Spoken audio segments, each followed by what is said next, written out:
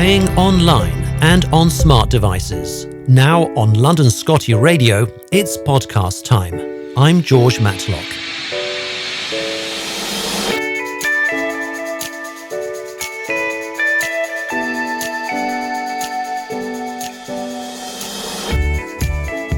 Hello and welcome to another episode of Scottie MOT. I'm George Matlock and I'm delighted to tell you we've got a bumper edition of the podcast for you today. We've got on the line Cath Marchbank, who's the welfare officer at Stex charity. So first of all, a very big hello to you. Hello, George. Great to have you back. Now, I know you've had a very busy, not just month, I'm sure, but you've had a very busy weekend that's just passed. Where were you and what were you doing? We were lucky enough to be invited to Crufts, to the Find Me a Rescue stand, part of the Kennel Club. So we were down there on Friday. We took 6 Scotties, all rescue Scotties, had plenty of helpers, and we met all the lovely people who came in to visit us. And how did it compare to previous Crufts? Because I know that Stex are very often down at Crufts, which of course is at the Birmingham NEC, is it not? It is. Yeah, it was much quieter this year. I'd say the people that we had visiting the stand were very enthusiastic. Scottie, there was a lot of Scottie owners, so it was quality people rather than lots of people just browsing as such, just walking by. The people came out, on purpose to find us, to come and find out about how to go about rescuing a Scottie, which was brilliant. Okay, fantastic. So you didn't have people sort of coming along, sort of just browsing canines and saying, with this breed, do I need to feed it? You didn't have anybody like that? No, okay. No, luckily, in years gone by, we have had people like that. Oh, really? Yes. I was only hamming it up for effect. I'm actually worried now. You wouldn't believe some of the questions that we do get asked. But do you have any odds at the top of your head that you can remember? Because that would make a really lovely podcast. Oh, gosh. I think I'd have to sit down and really think about them, but some of them, do the dogs bark? Oh, really? Okay. Yeah. Well, do they need to go for a walk every day? Oh, dear. Yeah. It's like that. Okay. Yeah, sometimes. Well, a lot of education ahead for some people. Okay, but sounds like you had, as you say, people who were quite well informed, often owners of Scottish Terriers. And in terms of the competition itself, obviously, I know that there was a bit of chit chat on the London Scottie Club's WhatsApp group at the weekend, because of course one of our members is an exhibitor, no less, at Crufts. I know there was a lot of chit chat about Scotties and how well they did, and some people saying how well they wished they had done. I mean, what was your general impression? Do you think that, despite the turnout being lower, presumably still because of COVID, how was the event? How would you sort of rate it? I think the quality of dogs, was there. The quality were fantastic, and quite a lot of Scotties in the ring. Unfortunately, I didn't get a chance to go down because we're so busy. With our stand up in Hall 3, which is away from the rings, the showing rings. So I don't actually get a chance to go down and see the dogs. I had a quick 5 minutes to go down to the Stex merchandise stand, which is at the side of the ring, go and buy a few goodies. And I was hoping then to go around and see some of the people who were exhibiting.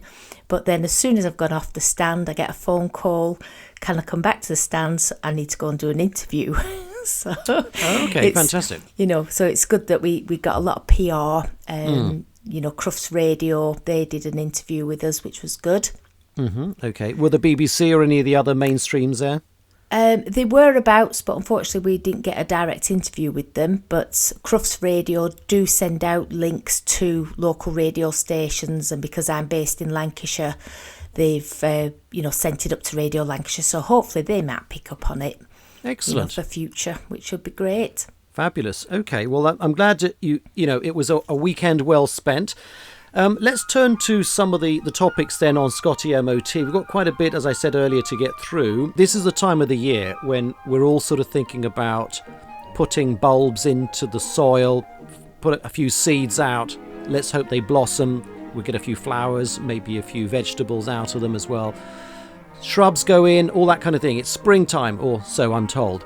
Now, very often when we're sort of landscaping our gardens and thinking about what we want to plant for the year ahead, we think about things that make us feel good, make us feel happy, but we don't always necessarily think about the fact that some plants might actually be to the detriment of our pets. We're more worried about the pets chewing the hard worked on garden as opposed to what effect it might have on the dogs themselves.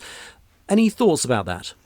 Yeah, it's a tricky situation. It's something that you've got to be careful of. A lot of the times the dogs can play happily in the garden and not get any allergies to the plants or get any, heaven forbid, being poisoned from them, because there are a lot of toxic plants that are in everybody's garden, but the dogs tend to stay away from them.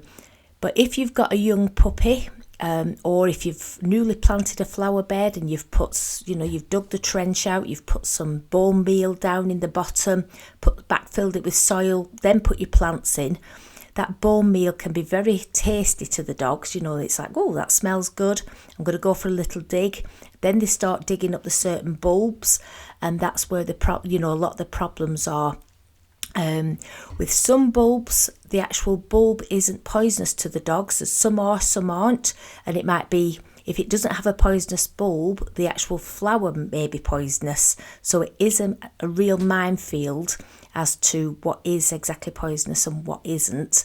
The thing to watch for is your dog being sick, having an upset tummy, reactions, runny eyes, runny nose, drooling at the mouth. Any reactions like that, you do need to speak to the vet immediately. But some plants to watch out for, which are toxic, you've got tulips, daffodils, snowdrops. The actual substance we put on top of the soil, you get the wood chip. Again, so there can be some toxins in the wood chip, or if you're using a cork, the one which has come off the cocoa trees, that can be highly toxic as well. So it's something you've got to be very careful of. You've also got mushrooms and toadstools, which we don't plant, they just start growing as fungi in the garden. They can be highly toxic. You've also got... as it gets a little bit warmer, risk of snakes, adder bites, highly poisonous to dogs. You need to definitely get onto the vet, seek medical attention straight away. It's always worth having antihistamines around, because a lot of the times treatment by what we take, human antihistamines, can also help stopping swelling. If the dogs are chasing bees and wasps and they get stung in the mouth, or the face can swell, and antihistamines certainly help and take that swelling down. A lot of the fertilisers that we're putting on the garden and lawn feeds and moss killers, again, very, very highly toxic. So we've got to be very, very careful of it. Snowdrops, again, little innocent flower, but again, highly toxic to our pets. Is that right? I did not know that. Right. Yeah. Very, very interesting. And then you've got other plants, not necessarily grown in the garden, but we keep them in the house. The poinsettias, which are, the winter plants. Lilies. The ones we have for Christmas, the poinsettia, the big ones with the big red sort of star-shaped flowers. Yeah. Yeah. And then lilies. Just the pollen and the scent off lilies can cause dogs' eyes to start watering. And very, very toxic to cats. So a lot of people will not keep lilies in the house, the cut flowers. And again, lilies are growing in the garden. Your daffodils, the bulbs are toxic, poisonous, as well as the flower. I believe with the tulip bulb is okay, but it's the tulip flower that is toxic to the dogs. I see. Right. Yeah. So quite a few to think about. I mean, I recently came across, and I can't for the life of me find it when I need it. That's just like live radio. I was using an app that I can identify plants, and I guess it's available for both iPhones and certainly for Android phones, and it's called Plant Snap. It's a free app. Anyone can download it. It's quite handy because you can take photographs of plants in your garden, and then it will tell you what they are, how they should be cared for, and whether or not they are toxic to dogs and cats. So I found this to be quite a useful thing. And to my horror, I found at one plant that absolutely had to be got rid of because it was indeed toxic to dogs. And I never knew that. And it's been in there for quite a while. My dogs have been absolutely fine. Okay, they might have a few allergies, this, that and the other, but nothing that I would suggest was because of this. Allergens are one thing, toxins are quite another. So luckily, I think they're safe and they're well, but it could have turned out very differently. And some dogs, as you know, will be more addictive and more likely to persist and attack a plant for whatever reason, and it may then cause them to have some very serious side effects. Any sort of advice? I mean, you've got a list, haven't you? Am I right, of potential plants to avoid in the garden? Yeah, which is probably, the list is so long, it's probably best to put it through onto the website. But one handy thing, when I was actually down at Crufts, popped onto one of the stands, and it's Veterinary Poisons Information Services, and they're based in London. If you feel that your dog has eaten some poison or toxic plants or medicines, anything it shouldn't have eaten and it's eaten, it's worth ringing this company and ask them what to do. A lot of the times the dogs don't need veterinary attention, but there's certain things that they do need it for. And it is a service that you've got to pay for, but it's not over expensive. I think it works out about £35 for the phone call, but they give you the antidotes of how to treat the situation, which is great. They also advise veterinary surgeons all over the country as what best antidote to give, to get rid of the poison out of the dog's system. I presume, though, that most vets would know this. I mean, they wouldn't be sort of making a phone call and being charged £35 for the privilege to talk to a specialist, would they? A lot of vets will ring them as a backup. I know I had a problem with my own dogs. Something was set in the post and my dogs actually got hold of it. It was actually some medication, some heart medication. Oh dear. And my husband, he picked the parcel up, didn't know what was in, popped the parcel on the side, and the dogs actually jumped up. I'd gone away, my mum was ill at the time, I got away nursing my mum, and so the dogs hadn't had as much attention as, because I'd gone away for the day, and they'd managed to open this parcel, and they ate 2 boxes of heart medication between 2 dogs. So my husband luckily rang a friend of mine who's a vet, said what had happened, and she said get them down straight away. They had the surgery ready to make the dog sick and start giving antidotes, and also 2 weeks after we still had to keep giving charcoal to the dogs to put a lining on the stomach and get rid of this medication what was still floating around in the system. So right. Accidents can happen. It's something I didn't find out about. I have a little laugh about it because it was literally the day after I'd gone back to the vets to take a dog in which had come into rescue, and the vet came running out, and she's saying to the girls, "Oh, everything's fine. We'll see to this new dog that's coming." I'm thinking it's a little bit weird, but she didn't want me to find out that the dogs had been so poorly. Right. Because she knew I'd come from Accrington with this rescue dog and was going straight back home to my mother's and not going back home. And so Steve's busy at home, with all this medication given to my own dogs. Right. Yeah. I've just spotted, by the way, it's such a cool little app, this one, because I've actually found the plant, and it's somewhere deep in the archives of my phone. So it's the plant that caused all the upset, and which we've now pulled out of the soil, was called oleander. The full name is Nerium oleander. Sounds like somebody's name in the phone book, actually, but it does, doesn't it? Now it says here description, and it's right up at top that they don't mince their words here. Pet poisonous, toxic to dogs.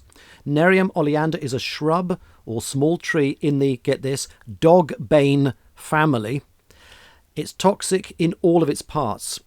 Now it comes like it has green foliage, which is like spear-like. The leaves are sort of very much like a spear-like appearance, and they have these beautiful little white flowers, star-shaped flowers with a little bit of orange in the middle, a bit like an apple, a bit like an orange blossom sort of flower.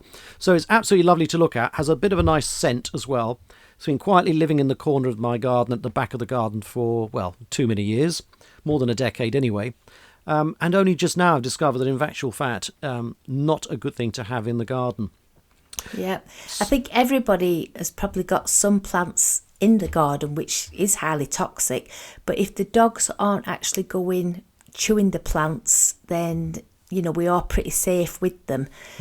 It's just your lilies, because of the pollen which is dropping off. That's one of the toxic things to the pets. Yeah. So there's certain things, and it's when people say, oh, my dog's got problems, it's starting itching, its fur's falling out, it's getting hot to touch. And I say to people, make a diary, write down when the problems are occurring, because sometimes they only happen for 2 or 3 weeks and then everything goes back to normal. Sometimes the dogs don't even need any treatment, and it's normally ties in with a certain plant in the garden or certain grasses. Tree sap rising. Pollinating or flowering or whatever. Yeah, very good advice. So we're looking forward to publishing on our website there's a PDF, right, with a list of plants that are unsafe for dogs.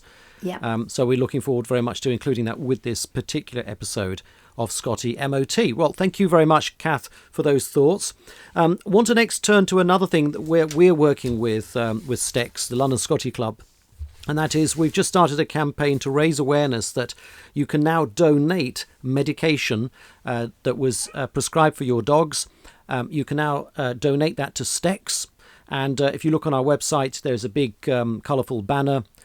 Click on that and it will give you the details about where to send the medication. Now, Cath, you've kindly agreed to take the bags of medication that may well be coming through your letterbox. Are there any particular bits of advice you'd like to share with people before they post them off to you?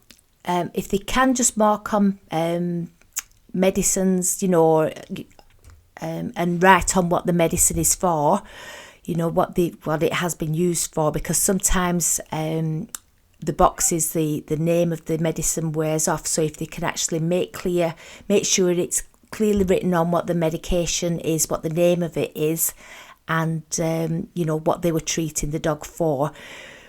We use the medication for if we've got people who can't afford like Vetril, which is one of the main tablets that we give out. A lot of the dogs have Cushing's, and Vetril's a treatment for Cushing's.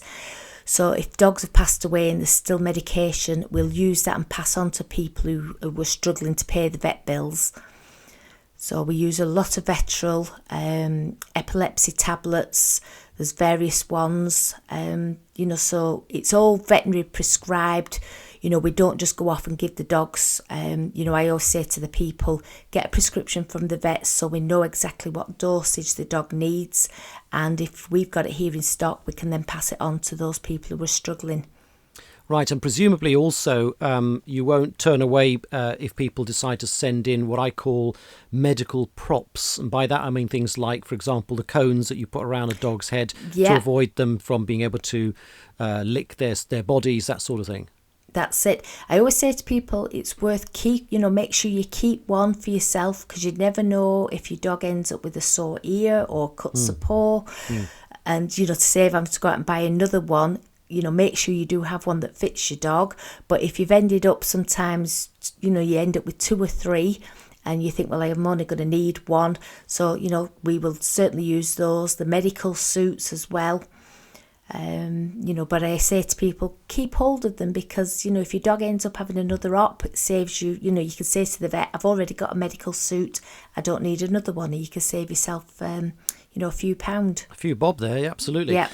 And so basically, the other thing, I guess, is check the expiry date, right? So you want to obviously make sure that any medication that's sent in, where possible, people need to identify the expiry date. Yes, please, yeah. Yeah, very important. Okay, well, good luck with that, and let us know how you get on. I know you've already had at least one person come through to you, because it became the topic of a previous Scottie MOT podcast, and also became last week's episode of Collared, the interview series that we run on London Scottie Radio. And that was with Holly, who kindly told us about medication that she no longer required. And I believe she sent it on to you, and hopefully it will find a helpful new home. Yep, it certainly will. And also it's kept very safe away from the dogs, so we don't have another little accident like we had before. Right. Okay, fabulous. And obviously you've got the conditions to keep the medication in the right sort of optimal temperature. Yeah, we keep it in the dark place. That's it. Yeah. Fabulous. Okay, well done, and I'm really glad that's worked out.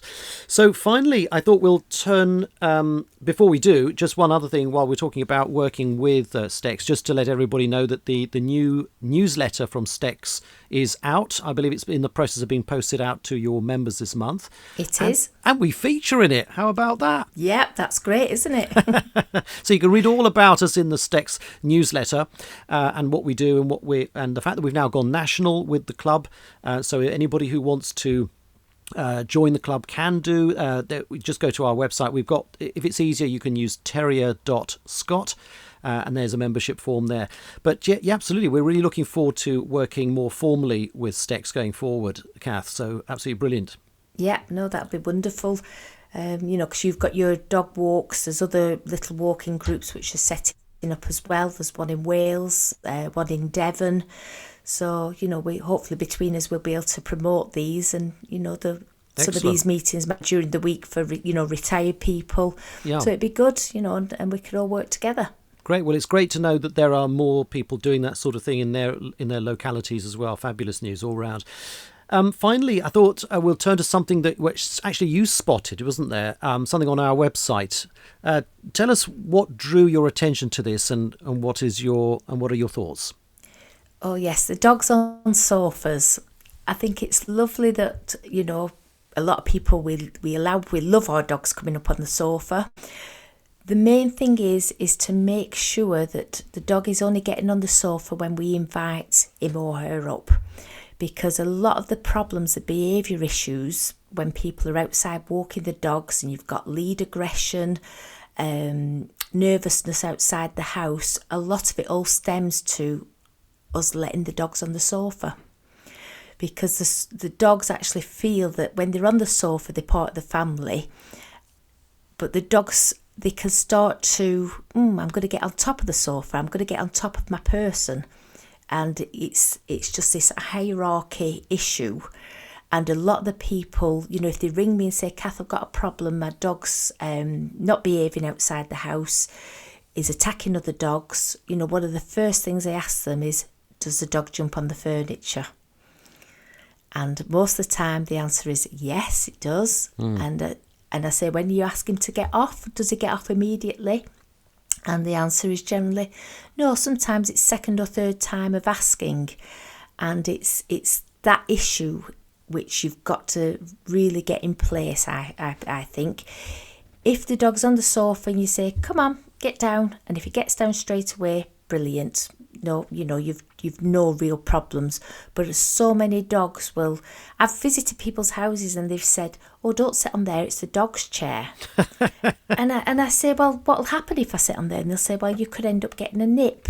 Oh dear, is that as bad as that? Oh, as bad as that. It really is. And so in that situation, I'll on purpose go and sit on the dog's chair. And the dog, I'll say, then let the dog in, and it comes running into the living room, and it looks at me in the chair, and it's like, oh, and I'll say, no, not allowed, in your bed, and I'll send the dog away to go and lie in its own bed, and it'll sit on the bed and look at me and sulk at me, but I'm showing the dog that I'm, in charge. I'm not allowing to be bossed. I'm not going to allow myself to be bossed by the dog. I think we've talked about it before. I'm pretty sure we have. But I mean, in the case of one of my two dogs, he likes to jump on the sofa, but only when he sees that I already have sat down. And I usually sit on the same side, and he'll jump up onto the other side. So it's a two-seater settee, and I'll sit down usually just to watch a bit of TV or whatever, and then he will jump up next to me and curl up, usually with his butt facing me. Yeah. No, well, that's good. You know, you're having some bonding time with your dog. Yeah. And that's fantastic. I generally say to people, pop a blanket down, and then the dog knows it's time I can actually get on the sofa with my mum or dad, and we'll watch a favourite film, and, you know, you can sit and relax, stroke the dog, watching telly, having a cup of tea or a glass of wine. Yeah. And so, but a lot of the trouble starts when you're sat down and the dog automatically jumps up on the sofa without being invited, or the dog's you walk into the lounge and the dog's already sat on the sofa. And as I say, if you say, come on, get down, and he jumps down straight away, you've no issues. But sometimes you'll say, come on, get down, and you'll get this growl and the look, and it's, I'm not getting off here, this is my bed. And the thing is, we're allowing our dogs to become too humanised and coming into our space too much. And this is where a lot of the problems stem from. I'm pleased to say that we have a bit of a middle ground, because my dog will very often not jump down off the sofa when he's asked the first time, but he doesn't growl, he doesn't get aggressive either. He's more like might give me the sour look from the side, as Scotties are famous for doing. and it will be a few moments of, who blinks first, and then he would jump off. He will usually just jump off. And of course, the other thing is they don't always sit up there too long. I mean, Pudding is the name of the dog in question, and he often will sit there just for a few minutes, maybe for 10 minutes at most, and he gets bored and he jumps down again, and then he would jump up again at some point later. Well, if he sees I'm still there, so it's a very odd how this all works, really. That's it. But there are some dogs where they'll literally lie on the sofa. They'll use the sofa as their own dog bed. Yeah. And they'll lie on there 2, 3, 4 hours if allowed. Goodness. And then, when you do actually say, come on, get off. And this is, especially with new dogs which have just come into the household, if you've just taken on a new rescue dog, you can have problems of the dog trying to show authority, put its foot down and say, no, I'm not going to be bossed by you. You're going to do as you're told. This is the dog trying it on, trying to train the human. And, in that situation, I advise people only ask it the once. And if it doesn't do it on that first time, then literally, it sounds awful, grab the dog by the scruff of the neck. But you've got to, get hold of the dog and place him on the floor and then say, in your bed, and make sure the dog goes into his bed. Yeah. Because if you don't, so many people will get frightened of the dog because they'll actually start growling and say, get out of my space.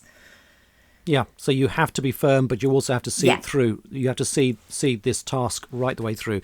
Yeah. Very good advice indeed. Well, and to think that this discussion that we're having today actually all germinated from one of our members, Jan. She owns Ben, and Ben was sitting on Jan's brand new sofa.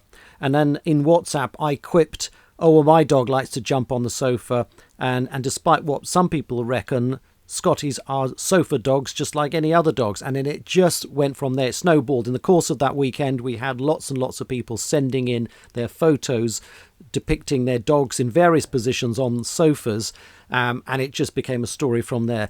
But it's a very interesting topic. It's one about behaviour, and it's a very serious one as well. As you say, maintaining and asserting authority so that the dog doesn't think that it's breached the divide between canine and human, and is now more, should be treated as every other human. That's it. Don't get me wrong, George. I'll sit down later on, and all the dogs will pile on the sofa. Whoa. But they're all invited on at that moment. You know what? You have to get your husband to take a little bit of video of that happening. There's nothing more. You know what? One of my all-time fantasies, right, is coming home, sitting down on the settee. There's a huge box in front of me. I take the box, I open the lid and turn it upside down over my head, and suddenly there's a shower of Scottie dog pups just descending down onto me on the sofa. It will never happen. It will never happen. You never know, George. You never know. But normally, in the winter time, my sofa, myself and Steve, my husband, will be sat on the sofa, and there's generally 5 or 6 dogs around us, which is wonderful. But all the dogs, as soon as I say, come on, off, they jump off straight away. How wonderful. Or maybe you can send us, not just for fun, but even as a form of tuition. This is how it's done, folks. This is what you need to be able to achieve. And if you've got 5 or 6 dogs around you to do that, which is technically a pack, that really brings home the message ever so loud and clear. Cath, it's been an absolute pleasure. Before you dash, just to remind everybody that anyone is welcome, whether they're a member of London Scottie Club or not, are welcome to send in questions about the well-being of their Scottish Terrier. It could be medical matters, it could be behavioural. It could just be things that you have some issues with them, some doubts or some concerns. There's an easy to complete form to post your question to us. Just go to Scottie, that's with a double TIE, scottie.scot, and it'll come straight up right there and then. So just a little bit of a pointer there for people if they've been inspired what they've heard in today's programme. They have a question, please do send it through and we'll look to try to answer that on one of our subsequent editions of Scottie MOT. Cath, I know you've got to go, but look, it's been absolutely lovely to hear from you today. Great news about Crufts. I'm really pleased it was a success, and we are really looking forward, no pressure, but we're looking forward to that little video with the sofa. Okay, I'll find one for you. Okay, have a very good rest of the day. Thank you. Thanks for listening to London Scottie Radio. This and all our podcasts are available online at londonscottie.club. If you liked it, be sure to subscribe to us from your favourite podcast player app. Also visit us on YouTube for fun videos. And if you have a Scottish Terrier in London or nearby, be sure to join us.